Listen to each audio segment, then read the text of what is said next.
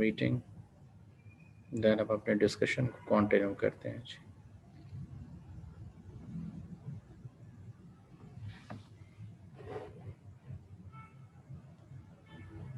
But till that time, if you have any query, any question in your mind, you may raise.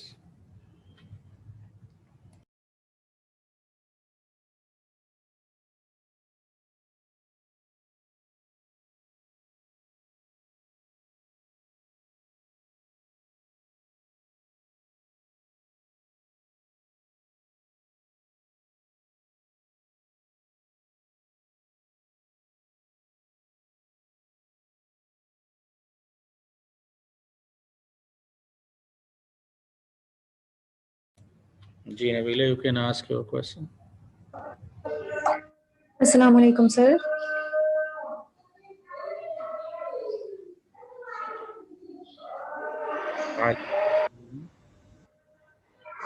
Sir, I had a question. जो high low method आपने कल practice questions share किए थे, उसमें से था the first question of the exercise set. Sir, उसमें different relevant ranges given हैं, right? So to find the mixed cost की variable cost की amount and all that, so उसके लिए हर relevant range के लिए हम high and low different लेंगे या सिर्फ one लेंगे? जी exactly, high low different लेंगे। तो बियॉन्ड रेलेवेंट रेंज जाएंगे तो जो फिक्स कंपोनेंट होगा उस मिक्स कॉस्ट के अंदर वो भी चेंज हो जाएगा। सर इसमें जैसे रेंट एक्सपेंस है वो तो 5000 है और उससे वो फिर 8000 पे शिफ्ट हो रहा है, that is all fixed cost right, even though relevant जो रेंज है वो चेंज हो रही है जी। लेकिन जो डायरेक्ट मटेरियल है सर उसमें जो 1000 यूनिट से लेके 3000 यूनिट्स तक है उसमें तो निकल आया है वेरिएबल एंड फिक्स्ड कॉस्ट, लेकिन बियॉन्ड दैट जो 4000 टू 9000 यूनिट्स हैं एंड देन 10000 टू 12000 यूनिट्स हैं उसमें से मेरे से नहीं हो रहा था। अच्छा जी, क्या उसमें क्या इशू आ रहा है, ज़रा इशू बताइएगा, मैं वो क्वेश्चन पहले शेयर कर लूँ स्क्रीन पे ताकि। सर उसमें जो 4000 टू 9000 की रेंज है उसमें से 4000 हमने लो लेना है एंड 9000 हमने हाई लेना है, उन दोनों का डिफरेंस लेना है एंड देन इन दोनों की जो कॉस्ट है उनका भी डिफरेंस लेना है। Yeah, let me share the question first. Okay sir. जी, so this is the question. Output and units is given to you, rent expenses is given to you. In fact ये mixed cost नहीं है, ये ज़रा थोड़ा सा understand करने की ज़रूरत है। क्वेश्चन की रिक्वायरमेंट में देखिए डायग्राम द बिहेवियर लिखा हुआ, then determine the relevant range of activity for this product. Generally जो हमने अंडरस्टैंड किया हुआ है वो ये है कि डायरेक्ट मटेरियल हो या डायरेक्ट लेबर हो वो प्योर वेरिएबल कॉस्ट होती है, ज़्यादा चीज़ें बनाएंगे तो ज़्यादा हो जाएगी, कम बनाएंगे तो कम हो जाएगी, फाइन। सो अपेरेंटली, और दूसरा हमने डायरेक्ट मटेरियल के बारे में अगर ये सुना तो इसमें साथ ये भी सुना वेरिएबल कॉस्ट जो इन टोटल चेंज होती है वो पर यूनिट कांस्टेंट रहती है। सो अगर हम फर्स्ट वाले लेवल पे देखें 6000 का डायरेक्ट मटेरियल कॉस्ट है फॉर 1000 यूनिट्स, तो इसका मतलब 6 पर यूनिट बनता है, जबकि 9000 कॉस्ट है फॉर 2000 यूनिट्स। यूनिट्स डबल होने से कॉस्ट डबल होनी चाहिए थी अगर ये प्योर वेरिएबल है। Since it is not being doubled तो हम ये अज्यूम कर रहे हैं कि ये एक मिक्स्ड कॉस्ट है, इसके अंदर कुछ ना कुछ फिक्स कंपोनेंट होगा, कुछ ना कुछ वेरिएबल कंपोनेंट होगा। इसी तरह से 3000 यूनिट्स के लिए 11700 है, तो ये पहली जो हमारी रेलेवेंट रेंज बन रही है ये हमें ऐसे पता चल रही है कि जो fixed component of the cost है जिसे रेंट एक्सपेंस कहा जा रहा है वो 1000 यूनिट्स हों, 2 हों या 3 हो, 5000 ही है। जब बियॉन्ड 3000 जाते हैं तो आपका जो फिक्स कॉस्ट है रेंट वाला वो चेंज हो जाता है, 8000 को टच कर रहा है। तो जो पहली रेलेवेंट रेंज है वो अप टू 3000 यूनिट्स है, दूसरी रेलेवेंट रेंज जो है वो अप टू 9000 यूनिट्स है, और जो तीसरी रेलेवेंट रेंज है वो अप टू 12000 यूनिट्स है, 10 से 12 तक। तो हर रेलेवेंट रेंज के अंदर रहते हुए अगर आप देखेंगे तो फिक्स कॉस्ट सेम रहती है। सो अगर कोई मिक्स्ड कॉस्ट भी है तो मिक्स्ड कॉस्ट के अंदर एक कंपोनेंट फिक्स कॉस्ट का है। सो अगर आप पूरे डेटा का हाई लो मेथड लेके सॉल्व करने की कोशिश करेंगे तो वो पॉसिबल नहीं होगा, आपको रेंज वाइज ही चलना पड़ेगा। तो 1 से 3000, इसमें हाई और लो एक्टिविटी 3 और 1000 है, इन दोनों का डिफरेंस ले लें। 2000 और 11700 और 6000 का डिफरेंस ले लें, इसको डिवाइड करें 2000 से, तो पर यूनिट वेरिएबल कंपोनेंट निकलेगा, उसको नंबर ऑफ यूनिट से मल्टीप्लाई करें 1000 से, तो वेरिएबल कॉस्ट मिल जाएगी 6000 में से माइनस कर लें। तो ये पहला वाला लेवल है। फिर दूसरे लेवल पे आ जाएं, 4 से लेके 9000 तक। तो 4 लो लेवल ऑफ एक्टिविटी है और 9000 हाई लेवल ऑफ एक्टिविटी है। तो 12,000 और 27,000 का डिफरेंस लेंगे, दोनों के डिफरेंस को 4 और 9 का डिफरेंस 5,000 यूनिट से हमसे डिवाइड करेंगे, पर यूनिट वेरिएबल रेट मिलेगा। पर यूनिट वेरिएबल रेट को 4000 से मल्टीप्लाई करें तो variable component of the cost मिल जाएगा, 12 में से वो माइनस कर लें तो बाकी आपका फिक्स्ड एलिमेंट होगा। फिर 10 और 12,000 की रेंज जो है, अब ये इस दोनों में जो डिफरेंस आ रहा है वो 2000 यूनिट्स का है, और जो कॉस्ट में डिफरेंस आ रहा है वो 34 और 54, दोनों का डिफरेंस 20,000 बनता है।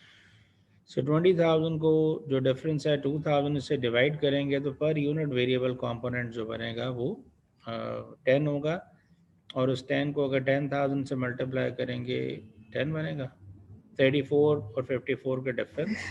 सर जो 1000 से 3000 यूनिट्स है वो तो सॉल्व हो गया है, लेकिन 4000 to 9000 units I think that isn't mixed cost, क्योंकि वो एवरी लेवल ऑफ आउटपुट पे जो है वो ठीक है, सेम $3 आ रही है निकल पर रही है। यूनिट। जी, ठीक है, देन $3। That's great. इसका मतलब ओके, फिर बट ये 10,000 टू ऑब्वियसली 11,000 अगेन उसमें फिर कुछ समझ नहीं आ रही, बिकॉज जी, इट्स अगर डिफरेंट। अगर आपको 3.4 बनेगा और 42 को अगर 11 से डिवाइड करें तो क्या बनता है? सर वो 3.81 बन 42,000 रहा है। ओके, और अगर 54 को भी डिवाइड कर लें एक दफ़ा 12 से, 4.5। तो हर लेवल पे डिफरेंट आ रहा है, ऐसा ही है। Right sir. तो इसका मतलब ये है कि ये मिक्स्ड कंपोनेंट होगा, इसमें कोई ना कोई फिक्स एलिमेंट भी होगा। तो 34 54 का जो डिफरेंस है वो 20,000 है, राइट। और 10 और 12 की डिफरेंस है ये 2000 है। इसको डिवाइड करेंगे, अगेन वेरिएबल रेट 10। निकालेंगे और फिर उसमें से फिक्स एलिमेंट सर लेकिन ऐड जब कर हम लेंगे। 10 को फिर 12,000 से मल्टीप्लाई कर रहे हैं, सो दैट इज कमिंग 120,000। 10 को 12 से मल्टीप्लाई कर रहे हैं। 12,000 यूनिट से, अच्छा, जो तो वो आपका तो हमारी रेट कॉस्ट बन से ज्यादा आ रहा है। 10 का ओके। रेट आ रहा है ना, हम्म। तो वो अच्छा तो जी, हमारी जो 10 पर टोटल यूनिट कॉस्ट है रेट। उससे ज्यादा आ रहे हैं, for both for 10,000 units and for 12,000 units. Okay.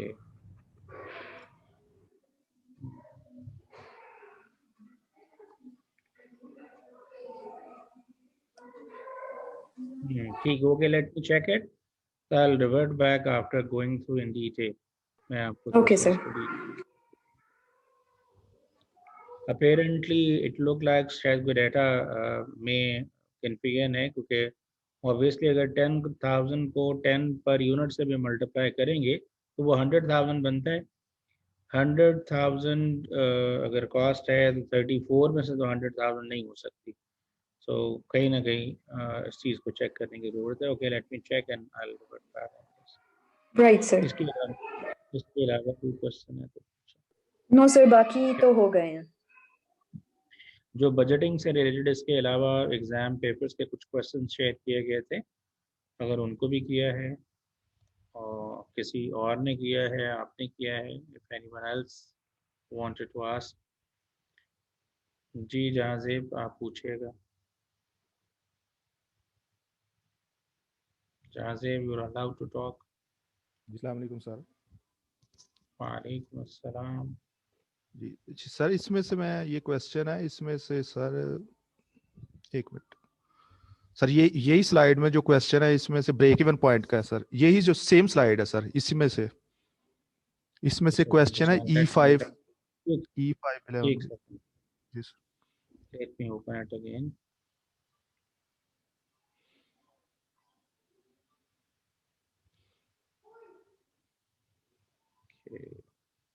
मैंने बंद कर दिया था।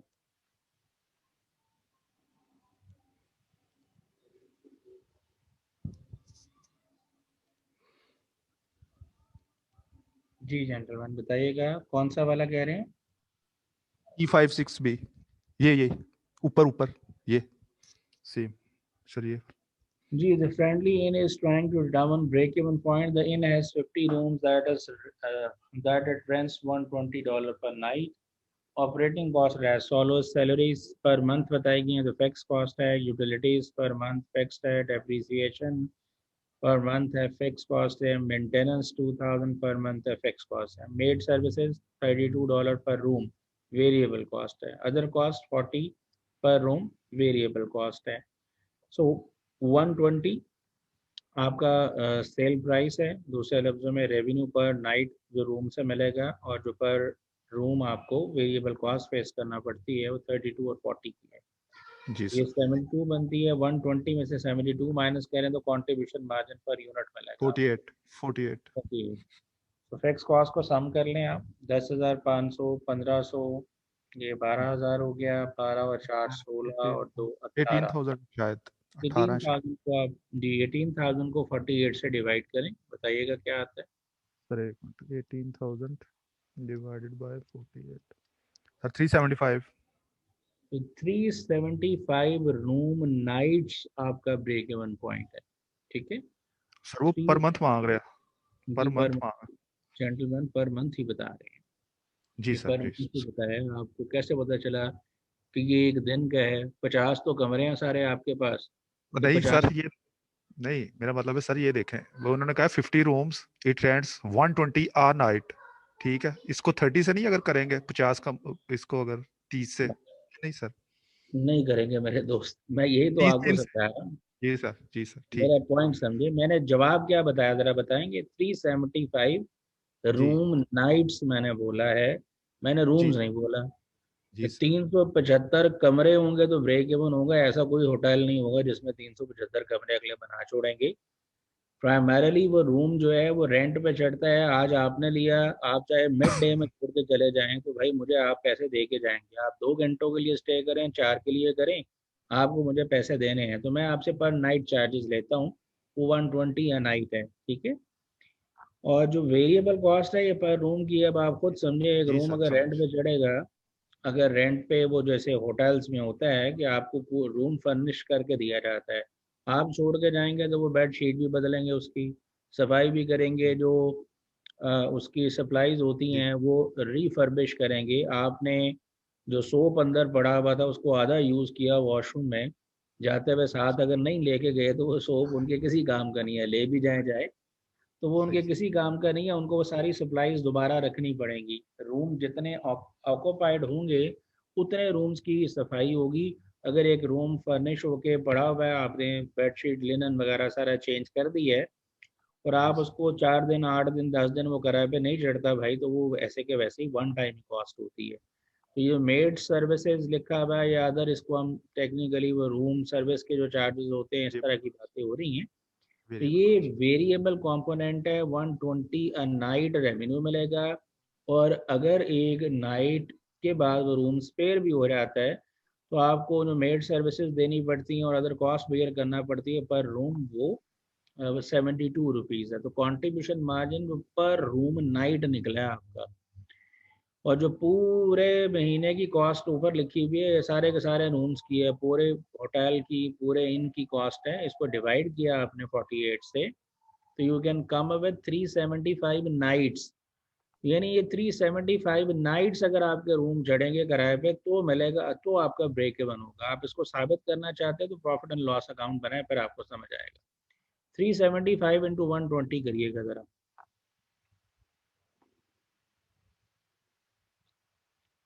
जी बताइएगा, 375 इंटू 120। जहाँ जेब साहब इधर ही हैं।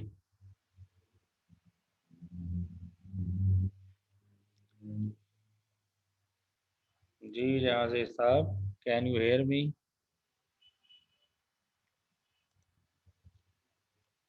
जी जहाँ जेब साहब। 45,000 सर अच्छा जी, आप गायब हो गए थे दरम्यान में। 45,000। अच्छा जी ठीक है। और variable cost 375 into 72 375 into 72, 27,000। 47,000 27,000 sir. 47,000 जनाब। 27,000 27,000 सर। 27,000।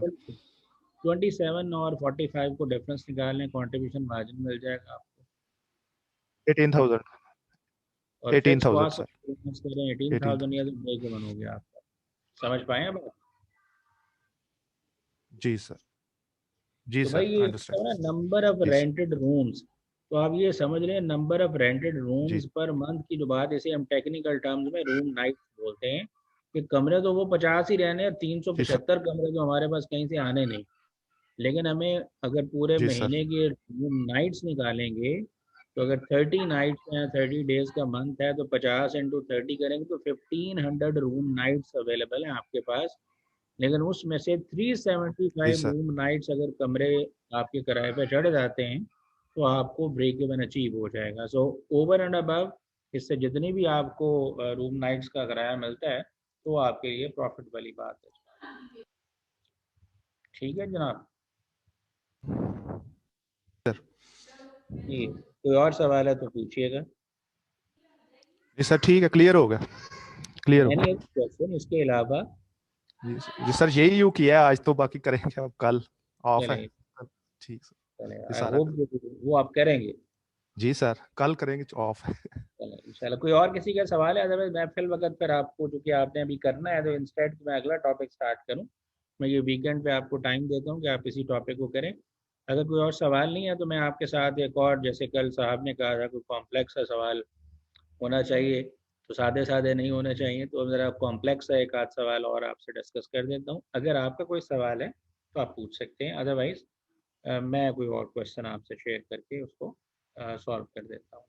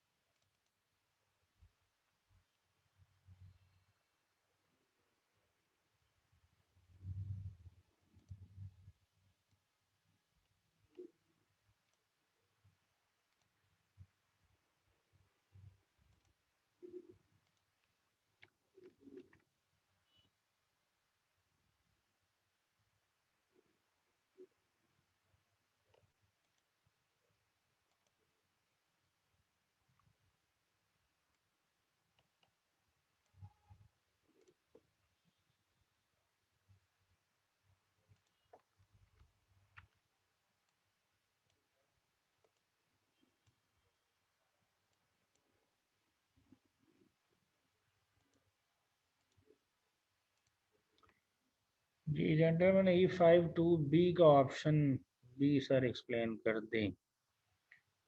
E52B गुफरान साहब, ज़रा सवाल शेयर कर लूँ फिर आपसे पहले।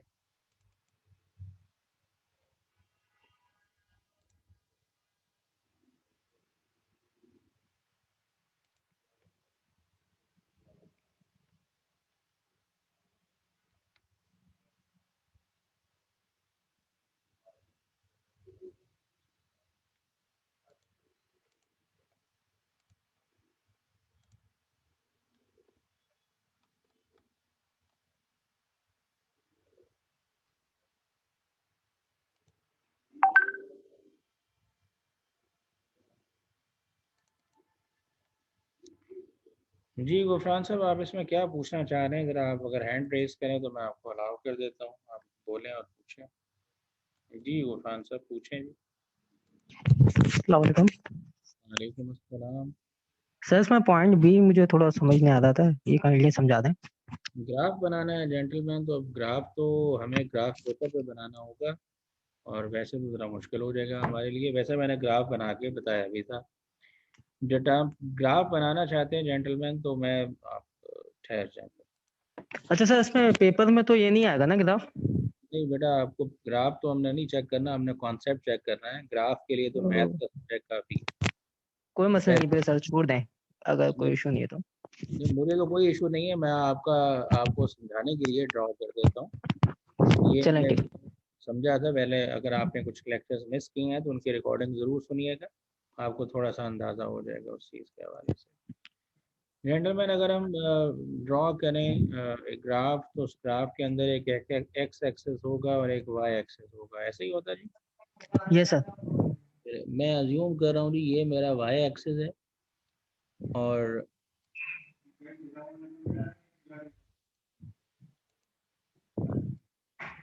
जी, और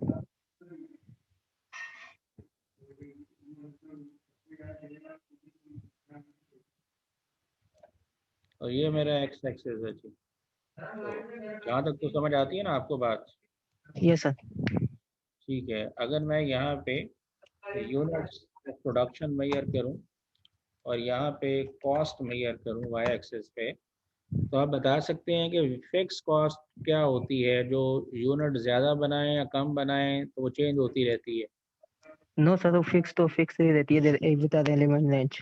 with in the relevant range, तो अगर हम फिक्स कॉस्ट का कर्व ड्रॉ करना चाहें तो वो भाई इस तरह की एक स्ट्रेट लाइन होगा। जी या ना बताएं जी, ऐसा ही है जी। जी सर। जी सर। अच्छा जेंटलमैन, तो ये जो जरा मेरा कि ये जो मेरा कर्व होगा ये फिक्स कॉस्ट का कर्व है, ठीक है। जी सर। और अगर मैं आपसे कहूँ कि वेरिएबल कॉस्ट का कर्व ड्रॉ करना है, तो वेरिएबल कॉस्ट ज़ीरो होगी जब प्रोडक्शन ज़ीरो हो, ज़्यादा यूनिट्स बनाएंगे तो ज़्यादा हो जाएगी, ऐसा है। Yes sir.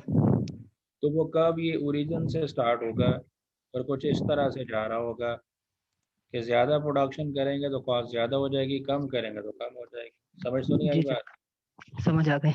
चलो, ये वेरिएबल कॉस्ट का कर्व है। अगर मैं आपसे कहूँ कि मुझे ज़रा आप कर्व ड्रॉ कर दें टोटल कॉस्ट का, तो बना सकते हैं?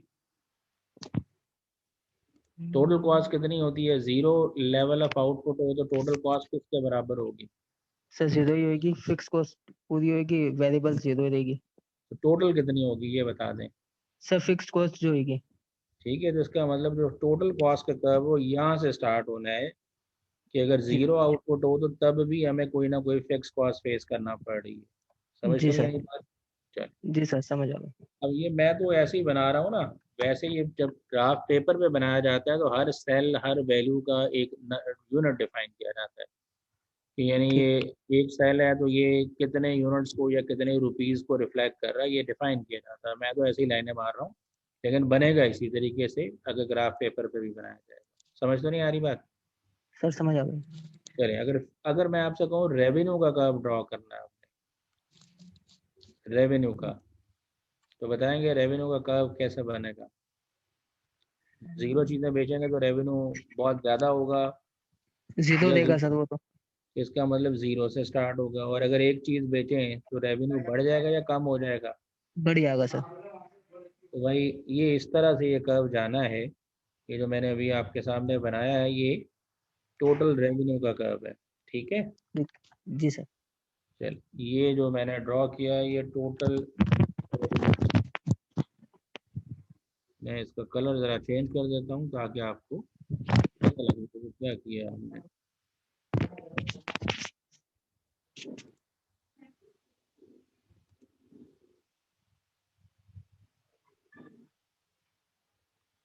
इनफैक्ट ये ड्रॉप डाउन मेन्यू में मेरे पास यही आई जा रहा है, तो इसलिए ठीक है जी। ये मैंने टोटल रेवेन्यू का कर्व है और ये मेरा ये जो मैंने अभी बनाया है ये, सॉरी मैंने ठीक। फिक्स कॉस्ट लिख दिया था, ये इनफैक्ट मेरा वेरिएबल। टोटल कॉस्ट का कर्व है, ठीक है जी। ठीक है सर। तो ये वाला जो जेंटलमैन पॉइंट है जहाँ पे ये दोनों चीज़ें इंटरसेक्ट कर रही हैं, इसे हम टेक्निकली ब्रेक इवन पॉइंट कहते हैं कि इतने यूनिट्स अगर बेचे जाएंगे तो टोटल कॉस्ट टोटल रेवेन्यू बराबर हो जाएगा। और अगर टोटल कॉस्ट टोटल रेवेन्यू बराबर हो गया तो ये हमारा ब्रेक इवन पॉइंट होगा। इससे नीचे हमें लॉस का सामना करना पड़ेगा और इससे ऊपर हमें प्रॉफिट्स में। कंट्रीब्यूशन होगी। समझ आ गई? Yes sir. Thank you. ये तरीकाकार ये है, बाकी ग्राफ पेपर पे बनाएंगे तो बुक का नेम क्या है जहाँ से आपने क्वेश्चन शेयर किए हैं जेंटलमैन? वो डोनाल्ड ई काइसो की किताब है। मैं किसी एक किताब से क्वेश्चन नहीं शेयर कर रहा, मल्टीपल बुक से होते हैं। तो जो किताब वैसे हम पढ़ रहे हैं वो managerial accounting by Garrison Norton की है। ये जान शेयर का सवाल था। सदाम साहब, आप सवाल करना चाह रहे हैं, पूछिएगा। अस्सलाम वालेकुम वालेकुम अस्सलाम। सर। ये बजटिंग के हवाले से आपने ये शेयर किए थे पेपर्स, पास पेपर्स। जी जेंटलमैन। ये फरवरी 2013 का क्वेश्चन है। ये इसमें फर्स्ट ही क्वेश्चन है बिस्किट मैन्युफैक्चर वाला। जी ठीक है। इसमें सर ये प्रोडक्शन क्वांटिटीज जो है वो ईच प्रोडक्ट की, इसकी कैलकुलेशन जरा थोड़ी इलाबोरेट कर दें। अच्छा ठीक है।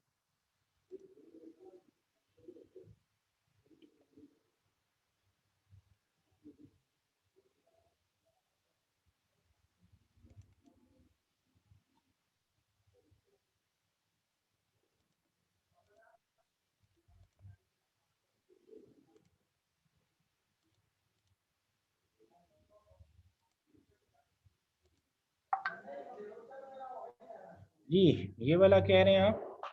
जी सर जी। ओके, तो आप ज़रा कैलकुलेशन मेरे साथ आप कर लीजिएगा, मैं यहाँ से पढ़ के आपको समझा देता हूँ। बिस्किट जी manufacture uses and sells 3 type of cookie: plain, chocolate and lemon. Following data is available for preparing the budget. Sales assumptions, ये sales को cost कर लें।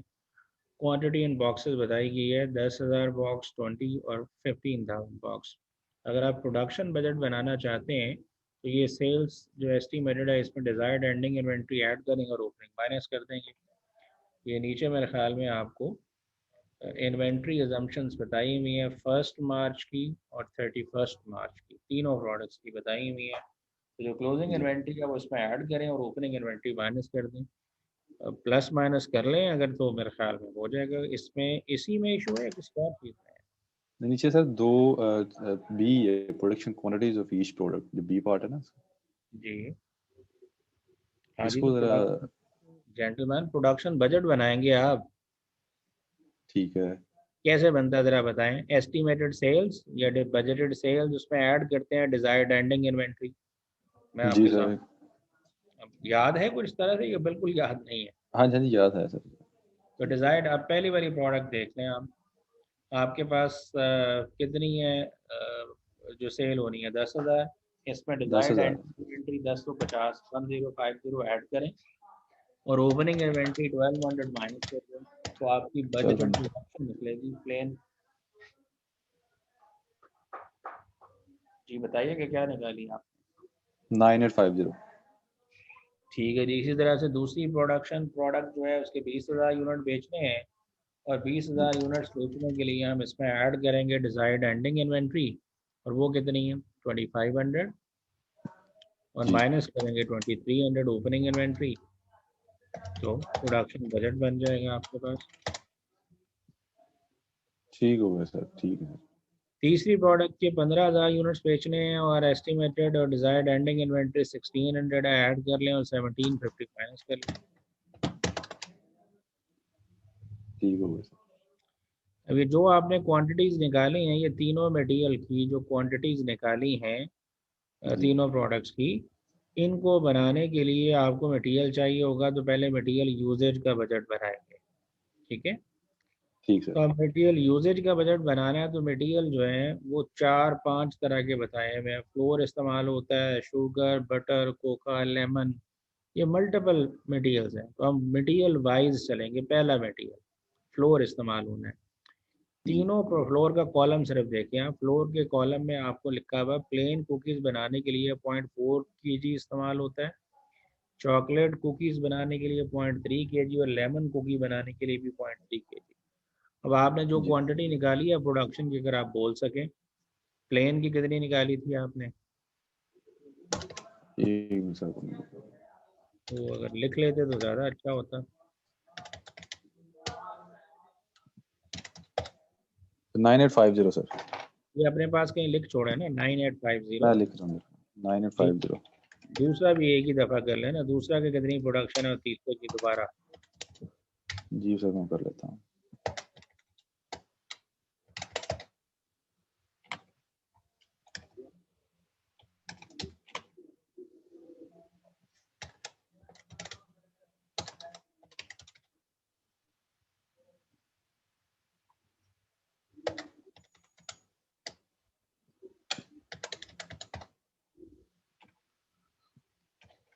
जी सर, हो गई। जी। अब अगर आपने पहले वाली प्रोडक्ट को बनाना है जी तो कितने यूनिट्स बनाने हैं उसके?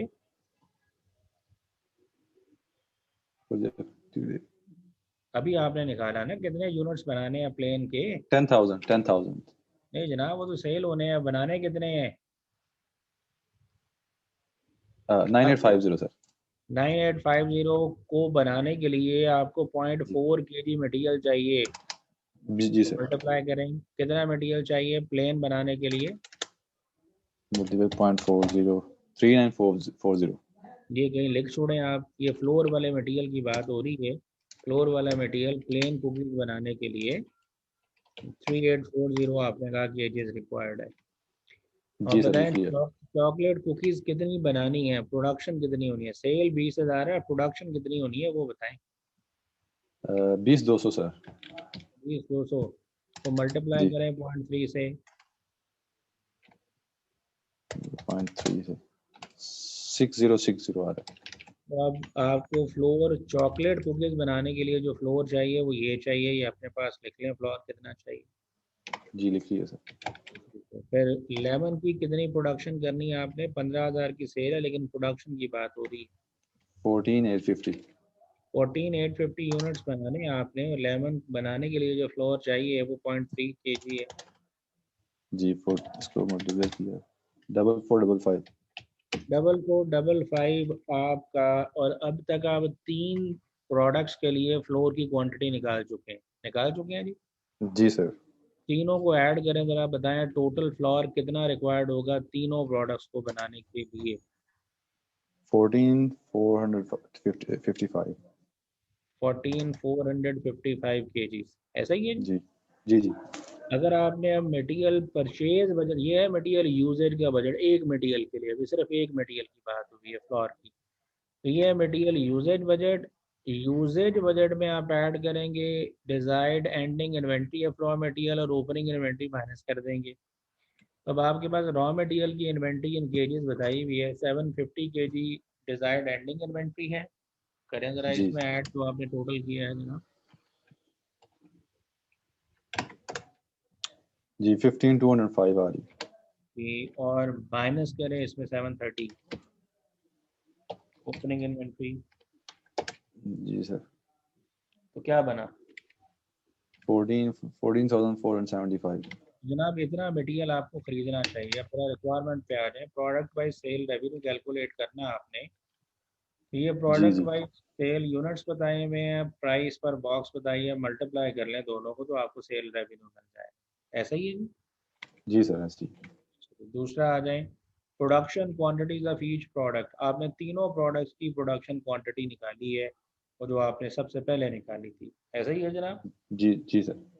ठीक है, फिर material requirement quantities of each raw material and material purchases in quantity and in value.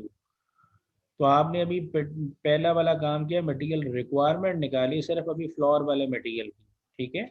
जी जी। उसके बाद आपने परचेज क्वांटिटी निकाली एंडिंग और ओपनिंग इन्वेंट्री ऐड करके, ये तो केजीज में कितना मटेरियल चाहिए वो आपको पता लग गया, हाँ जी सर। ठीक है, कितना खरीदना है। और ये मटेरियल मिलना कितने का है, ये ऊपर लिखा हुआ है 4 पर केजी मिलता है आपको मटेरियल। ठीक हो गया सर। राइट। तो कितने पैसे चाहिए? Purchase material purchase budget and amount निकलेगा 4 इंटू क्या निकाला था, 14,500 कुछ निकाला था। 14,475। 14,475 को 4 से मल्टीप्लाई कर लें तो ये पैसे चाहिए आपको परचेज करने के लिए, ठीक है जनाब। जी सर। अच्छा, अब आपको फिर इसी तरह का काम शुगर के लिए करना पड़ेगा। तीनों प्रोडक्ट के यूनिट बनाने हैं। जी तीनों प्रोडक्ट के यूनिट बनाने के लिए जो आपने सबसे पहले प्रोडक्शन बजट बनाया था, जी उसको 1 बाय 1 मल्टीप्लाई करेंगे। शुगर कितनी चाहिए? 0.1 kg, 0.3 kg और 0.4 kg। समझ पाए बात? जी सर। जी सर। तो ये बनेगा sugar required for production, material required for production, material requirement budget कहते हैं इसे, या मटेरियल यूजेज बजट। इस जो क्वांटिटी निकलेगी इन तीनों का सम करके, उसे मटेरियल टोटल मटेरियल शुगर जिसे आप कहेंगे रिक्वायर्ड है, उसमें डिजायर्ड एंडिंग इन्वेंट्री ऐड कर देंगे 800, और ओपनिंग जी इन्वेंट्री 820 की माइनस करेंगे। तो ये material purchase budget for sugar निकल आएगा, कितने केजी मटेरियल शुगर चाहिए, और ये शुगर मिलनी कितने की है, 6 रुपये पर केजी, तो 6 रुपये से मल्टीप्लाई करेंगे तो परचेज बजट एंड अमाउंट भी मिल जाएगा। जी समझ आ गई? जी सर, जी सर, यही काम आप फिर बटर के लिए करेंगे। ठीक है जी। ठीक है सर। और जब आखिरी दो मटेरियल की बारी आई है, कोका और लेमन, तो कोका सिर्फ चॉकलेट कुकीज़ के अंदर लगता है, बाकी दोनों कुकीज़ में लगता ही नहीं है। तो सिर्फ जो चॉकलेट की प्रोडक्शन है उसको 0.3 से मल्टीप्लाई करेंगे तो ये मटेरियल रिक्वायर्ड बन जाएगा। और नीचे लिखा हुआ है no inventories held for coca and lemon, कोई इन्वेंट्री नहीं आप रखते, इसका मतलब जितना रिक्वायर्ड है उतना ही खरीदेंगे हम, उसमें कोई ओपनिंग इन्वेंट्री क्लोजिंग इन्वेंट्री नहीं है, कोई एडलेस करने की ज़रूरत नहीं है। समझ आ गई बात जी? जी सर। इसी तरह लेमन प्रोडक्ट को देखें तो लेमन सिर्फ और सिर्फ लेमन बिस्किट में इस्तेमाल होता है, तो जो प्रोडक्शन क्वांटिटी है लेमन बिस्किट की उसको मल्टीप्लाई करेंगे, लेमन कितना रिक्वायर्ड है 0.20, ये मल्टीप्लाई कर लें तो आपके पास वैल्यू निकल आएगी, इतना मटेरियल चाहिए, लेकिन आपको ख़रीदना कितना है वो भी इतना ही, बिकॉज कोई ओपनिंग एंडिंग इन्वेंट्री रखने की ज़रूरत नहीं। आई होप समझ आई होगी। जी सर। अच्छा, दैट्स ग्रेट थैंक यू। जी। If anyone else has any question, किसी और का भी सवाल है तो कर सकते हैं।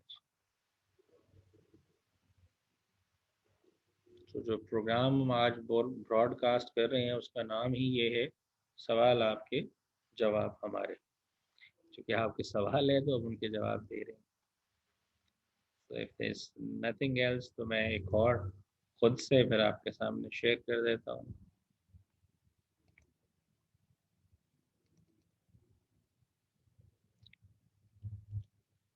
चल, ये नज़र आ रहा है जी अगर आपको तो।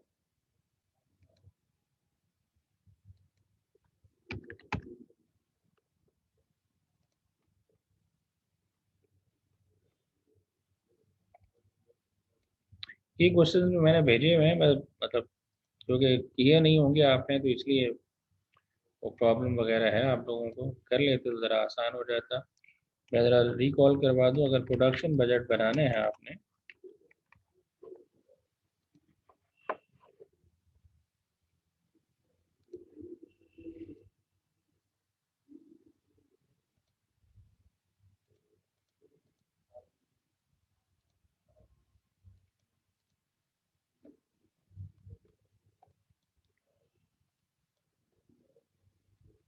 जी राजा सदाम साहब आप कुछ पूछना चाह रहे हैं तो मैं एक मिनट आपको बता देता नहीं सर, वो गलती से लगा। हूँ।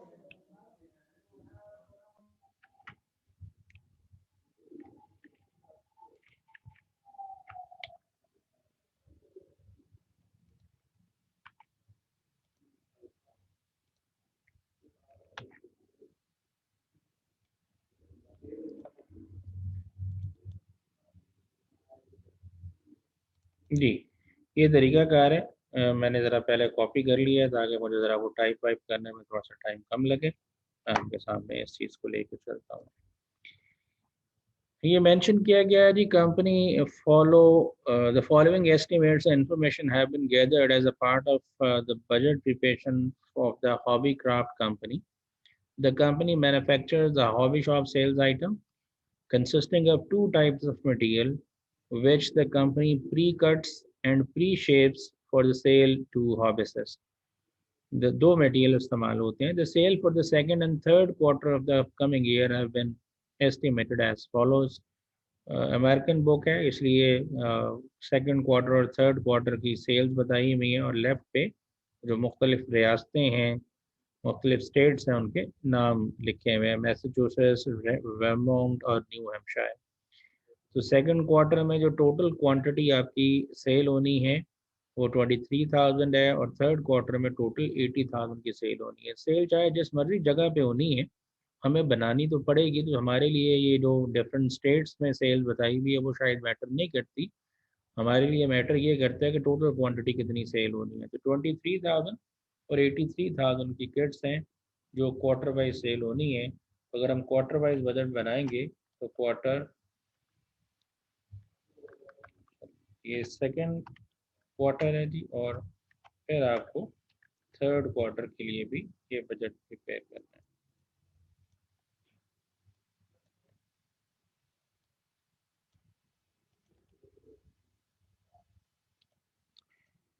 जी, तो सेकेंड क्वार्टर के लिए 23,000 की एस्टिमेटेड सेल है, और फोर्थ थर्ड क्वार्टर के लिए 80,000 किट्स की एस्टिमेटेड सेल है। चलें, it was decided that finished goods in kits inventories are to be 25,000 at the end of second quarter and 5,000 at the end of third quarter। ये decide किया गया कि 25,000 inventory second quarter के and पे होगी और 5,000 किट्स थर्ड क्वार्टर के and पे होगी। तो डिजाइड एंडिंग इन्वेंट्री 25,000 और 5,000, so 23 plus 25 जी।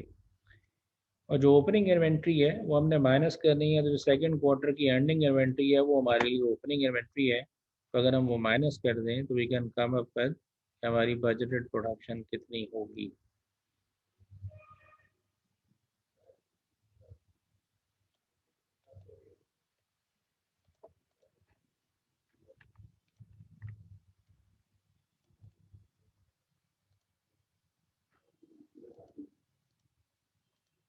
जी, तो ओपनिंग इन्वेंट्री हमें अगर सेकंड की भी मिल जाए तो हमारे लिए काम आसान हो जाएगा। The inventory at the beginning of second quarter will consist of 8,000 finished goods.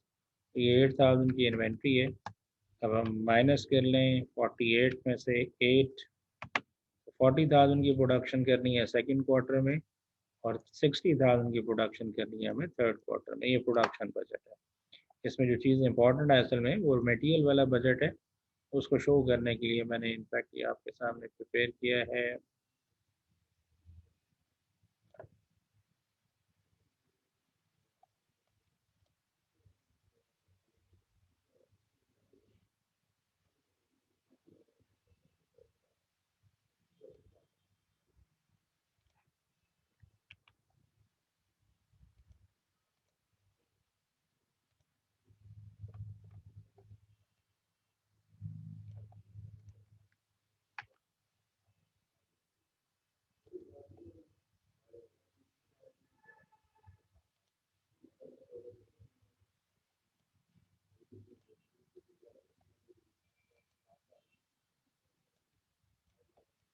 चलें, अब कंटिन्यू करते हैं। प्रोडक्शन क्वांटिटीज हमें पता है। Now it is mention each kit is पहले वाला पार्ट जी, okay. Each kit is packaged in a colourful cardboard box and contains 2 units of material A and 5 units of material B। जो material आपको required है वो पहले आपको calculate करना पड़ेगा बेस्ड अपॉन बजटेड प्रोडक्शन। तो आप पहले सेकंड क्वार्टर के लिए कैलकुलेट करेंगे हर एक मटेरियल कौन कौन सा है। ए है, बी है, तो पहले ए को कैलकुलेट कर लेते हैं। ए मटेरियल कितना चाहिए, जितनी प्रोडक्शन होनी है वो 40,000 है। मल्टीप्लाई करेंगे कितना मटेरियल ए चाहिए, लिखा हुआ है 2 units of material A and 5 units of material B. तो मल्टीप्लाइड बाय 2 कर लें, ए मटेरियल मिल जाएगा सेकंड क्वार्टर में। बी मटेरियल कितना चाहिए, 5 यूनिट्स मटेरियल बी के लगने हैं, मल्टीप्लाइड बाय 5, 200,000 चाहिए। और इसके अलावा एक चीज़ और मेंशन की हुई थी कि पैकेज किया जाता है जिसके अंदर each kit is packaged in a colourful cardboard box. इसके अलावा आपको बॉक्स भी रिक्वायर्ड है जिसमें आपने पैकिंग करनी है, और एक किट को एक बॉक्स में पैक किया जाता है। तो 1 से मल्टीप्लाई कर लें, 40,000 बॉक्सेस आपको रिक्वायर्ड है। ये सारी कैलकुलेशन आपने सेकंड क्वार्टर के लिए की है, ठीक है जी। इसी तरह से आप थर्ड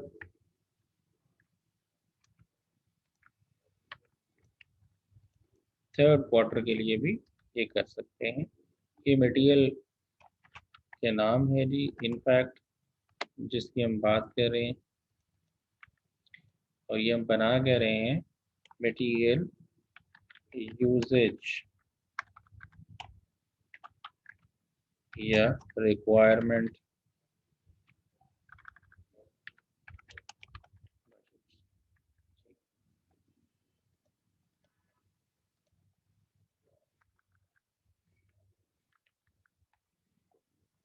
सो जी अब थर्ड क्वार्टर में कितना चाहिए, जितनी प्रोडक्शन होनी है 60,000 इंटू 2 और फिर 60,000 इंटू 5 देन 60,000 इंटू 1। तो ये आपकी प्रोडक्शन रिक्वायर्ड मटेरियल रिक्वायर्ड है ए बी और बॉक्सेस।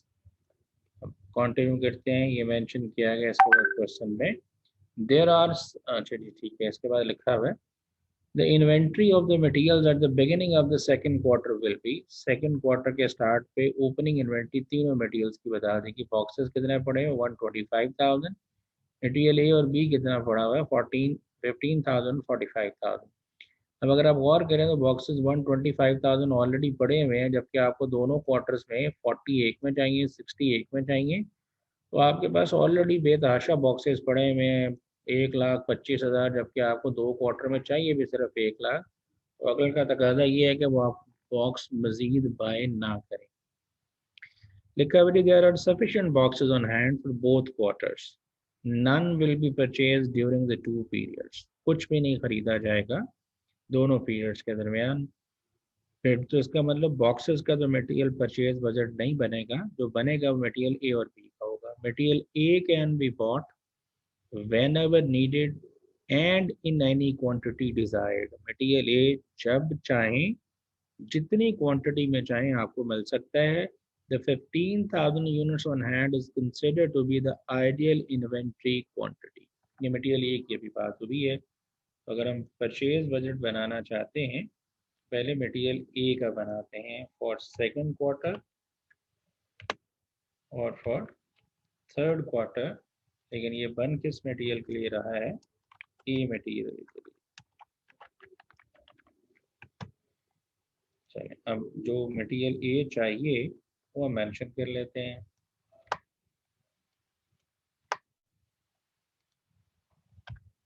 हमें मटेरियल ए कितना चाहिए ये हमने कैलकुलेट किया, सेकंड के लिए ये चाहिए और थर्ड के लिए हमें जो मटेरियल रिक्वायर्ड है वो 120,000 है। तो ये मटेरियल चाहिए और डिजायर्ड एंडिंग इन्वेंटरी बता देगी कि 15,000 यूनिट्स जो है, दोबारा पढ़ देता हूँ। Material A can be bought whenever needed and in any quantity desired. The 15,000 units on hand is considered to be the ideal inventory quantity. तो 15,000 यूनिट्स की आपकी इन्वेंट्री जो है वो एंडिंग इन्वेंट्री है, आप ये रखना चाह रहे हैं। तो 15,000 अभी किसी क्वार्टर के साथ स्पेसिफाई नहीं किया गया, तो हमने अज्यूम किया दोनों क्वार्टर्स के लिए, फाइन जी। तो जो सेकंड क्वार्टर की एंडिंग इन्वेंट्री है वो थर्ड के लिए तो बिगिनिंग हो गई, और जो वैसे बिगिनिंग इन्वेंट्री है सेकंड क्वार्टर के स्टार्ट पे वो 15,000 यूनिट्स ये हमें बताई भी है। तो 15,000 यूनिट्स बिगिनिंग इन्वेंट्री है, तो परचेज किया जाएगा मटेरियल ए जो है वो 80,000 और 120,000, ये मटेरियल ए के लिए है। इसी तरह हमें मटेरियल बी के लिए ये कैलकुलेट करना है। तो मटेरियल बी के लिए पहले बजटेड यूजेज कितना यूज़ हो रहा है वो हम मेंशन कर लेते हैं। 200,000 है और 300,000 है।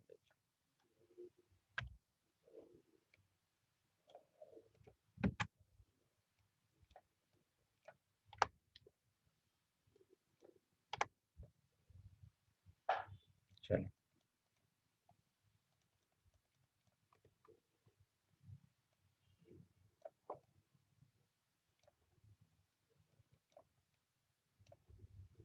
जी, चले हम यहाँ से अंडरस्टैंड करते हैं। इसके बाद लिखा है जो material B must be purchased in quantities of 10,000 और मल्टीपल्स ऑफ 10,000। ए के बारे में बताया गया कि जब चाहें जितना चाहें आपको मिल सकता है, बट बी मटेरियल जो है ये सारे का सारा आपको जब चाहें जितना चाहें जितनी क्वांटिटी में चाहे नहीं मिलेगा, बट बल्कि you need to buy in quantities of 10,000 and multiples of 10,000, यानी या तो 10,000 मिलेगा या 20,000 मिलेगा या 30,000 40,000। अगर आपको 15,000 चाहिए, 16 चाहिए, 26 चाहिए, 28 चाहिए, 35 चाहिए, 36 चाहिए, इतना नहीं मिलेगा। मल्टीपल्स ऑफ 10,000, 10 मिलेगा, 20 मिलेगा, 30 मिलेगा, 40 मिलेगा, इस तरह से। So at the end of both second and third quarters, a minimum quantity of 30,000 should be on hand. Desired ending inventory minimum की बात हो रही है 30,000 होनी चाहिए, or as close thereto as the standard purchase quantity will permit, या उतनी quantity जितनी परचेज स्टैंडर्ड परचेज क्वांटिटी हमें अलाउ करेगी। या तो मिनिमम 30,000 रखना है, या 30,000 से ज़्यादा भी हो सकता है अगर हमें उतना नहीं मिल पाता जितना हमने परचेज करना है। पहले हम देखते हैं हमारा परचेज करना कितने है। फिलहाल अगर इन्वेंट्री 30,000 ही रखी जाए तो हमें जो एंडिंग इन्वेंट्री है वो यहाँ पे 30,000 मेंशन कर ली, और जो ओपनिंग इन्वेंट्री है मटेरियल बी की वो 45,000 है। अगर माइनस करते हैं तो आपको 185,000 खरीदना है, और 185,000 you will not be able to get. आपको 185,000 मिल ही नहीं सकता, या तो 180 मिलेगा या 190 मिलेगा। ना वी नीड टू डिसाइड कि हमने कितना खरीदना है। हमने क्या 180 खरीदना है या 190 खरीदना है। अगर हम फर्ज कर लें कि हम 180 बाय कर लेते हैं, तो हम ज़रा खुद करते हैं। अगर 180 बाय कर लें, हमारे पास ओपनिंग में पड़ा हुआ है 45,000, तो टोटल जो मटेरियल अवेलेबल है वो हमारे पास इन दोनों का टोटल हो जाएगा। और हम जो यूज़ करेंगे उसकी रिक्वायरमेंट है 2 लाख। अगर 2 लाख यूज़ हो जाएगा इसमें से, तो माइनस कर दें अगर जितना अवेलेबल होगा उसमें से यूज़, तो 25,000 इन्वेंट्री बचेगी, जो कि इस रूल की वायलेशन है। At the end of both second and third quarter minimum quantity of 30,000 should be on hand. हमें कम से कम 30,000 रखना है, इसका मतलब 180 तो नहीं बाय किया जा सकता। 180 अगर बाय ना करें तो फिर हमारे पास चॉइस मौजूद है, हम 180 की बजाय 190 बाय कर लें, बिकॉज आपको मल्टीपल्स ऑफ 10,000 में मिलना है। सो अगर 190 बाय करें, 45 ऑलरेडी हमारे पास अवेलेबल है, 235,000 हो जाएगा, 2 यूज हो जाए तो हमारे पास एंडिंग इन्वेंट्री 35,000 की बच जाएगी। तो इसका मतलब जो हमें ख़रीदना चाहिए वो यहाँ पे 185 नहीं बल्कि 190 खरीदना चाहिए। और ऐसा करने की वजह से आपकी एंडिंग इन्वेंट्री जो है वो 35,000 हो जाएगी इंस्टेड ऑफ आपकी 30,000। और यही यहाँ पे मेंशन था कि मिनिमम इन्वेंट्री 30,000 होनी चाहिए, और एज क्लोज देयर टू, या इसके क्लोज तर होनी चाहिए, जो कि हमें बाय से मजबूरी स्टैंडर्ड परचेज क्वांटिटी बाय करने की वजह से हमें फेस करनी पड़ी है, उतनी खरीदनी चाहिए। आई होप समझ आई होगी बात। सो अगर हमारे पास ये एंडिंग इन्वेंट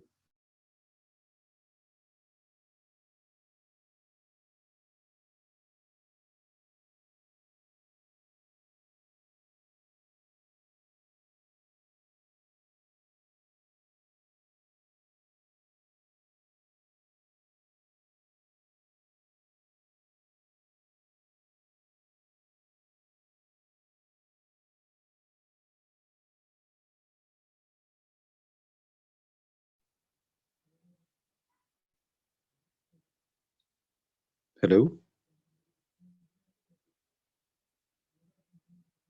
हेलो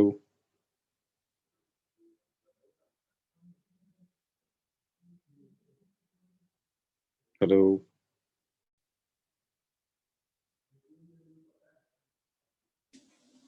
सर का डिस्कनेक्ट हो गया I believe. Okay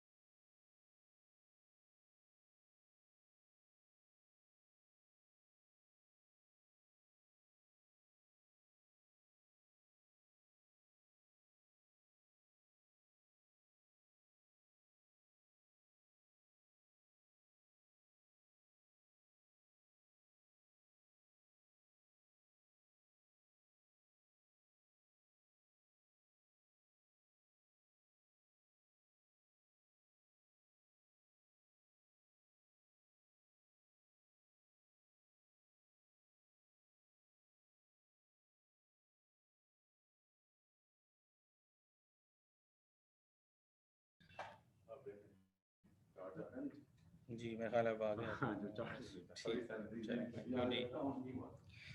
ji. Very sorry, थोड़ा सा डिस्कनेक्ट हो गया due to some battery issue of the laptop.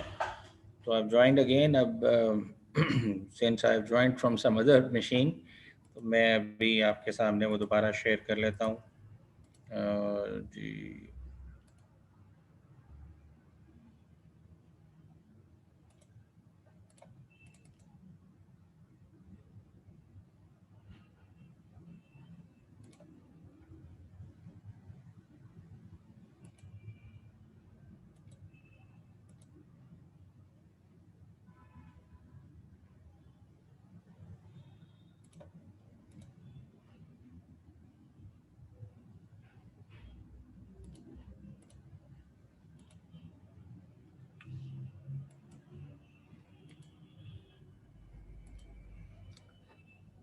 जी अभी I don't know, I have joined again. तो नवीद साहब, अगर आप मुझे सुन रहे हैं तो please give me screen share option, because अभी आपने डिसेबल किया हुआ है। सर मैंने तो नहीं स्क्रीन कोई भी डिसेबल की हुई, आप शेयर कर सकते हैं। मैंने आपको अलाउ कर दिया हुआ है। हाँ अलाउ कर दिया हुआ, लेकिन ये स्क्रीन शेयर नहीं हो रही। लिखा आ रहा है host disabled participant screen sharing. एक मिनट सर, ये असल में जो दूसरा लैपटॉप था यकदम शट डाउन हो गया, वो बैटरी चार्ज होने की ना होने की वजह से। तो अभी ये दूसरा लैपटॉप है। सर कर लें, मैंने कर दिया। अच्छा जी, आप स्क्रीन शेयर ये कर लें। अब हो गया जी, ठीक है जी, थैंक यू रमीज सर। जी अब जो लोग अभी साथ मौजूद हैं, तो क्वेश्चन का डाटा भी जो कि मेरे पास उस तरह से नहीं होगा, ये दूसरा लैपटॉप है। मैं थोड़ा सा दोबारा लिख देता हूँ। हमने किया था जी बजटेड मटेरियल यूजेज, और उसमें ऐड किया हमने डिजायर्ड एंडिंग इन्वेंट्री,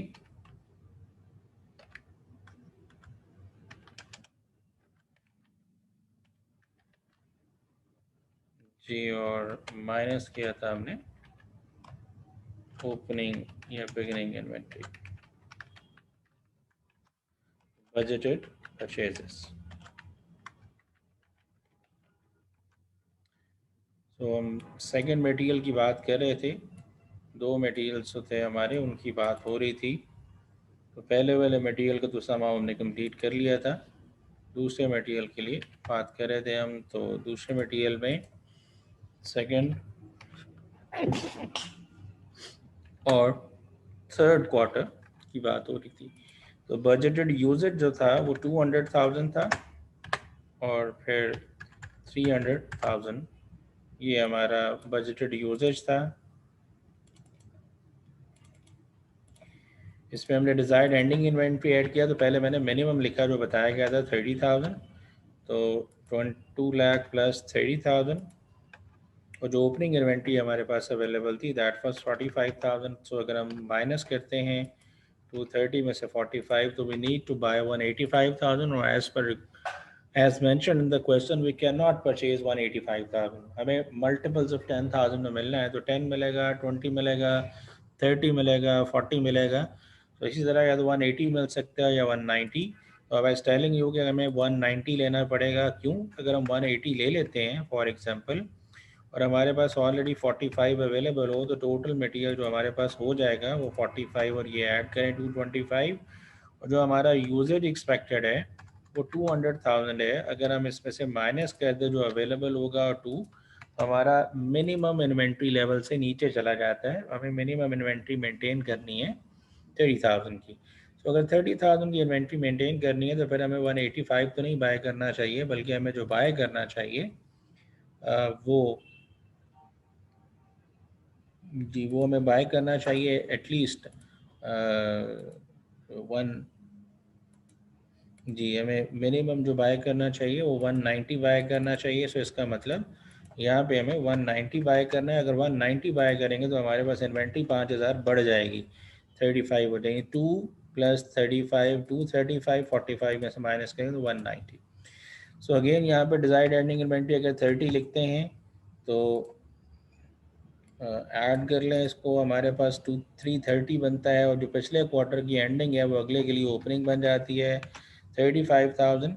सो अगर आप माइनस करते हैं यहाँ से तो आपके पास जो बनता है 35 माइनस करने के बाद 295 है। So either you can purchase 290 या आप 300,000 परचेज कर सकते हैं। सो अगर आप 290 बाय करते हैं तो क्या होता है हमारे साथ 35 ऑलरेडी हमारे पास अवेलेबल है। तो अगर आप इन दोनों को ऐड कर लेते हैं तो आपके पास टोटल 325 होगा, और जो यूज़ होना है थर्ड क्वार्टर में वो 300,000 है। अगर 300,000 आप माइनस कर देते हैं इसमें से, तो जो आपके पास बचेगा वो अगेन 25,000 होगा। तो जो 25,000 है वो आप मिनिमम इन्वेंट्री क्वांटिटी से नीचे जा रहे हैं, तो what you need to do, आपको यहाँ पे भी जो बाय करने की ज़रूरत है वो 300,000 है। अगर आप 300,000 बाय करेंगे तो आपके पास एंड पे फिर 30,000 की बजाय 35,000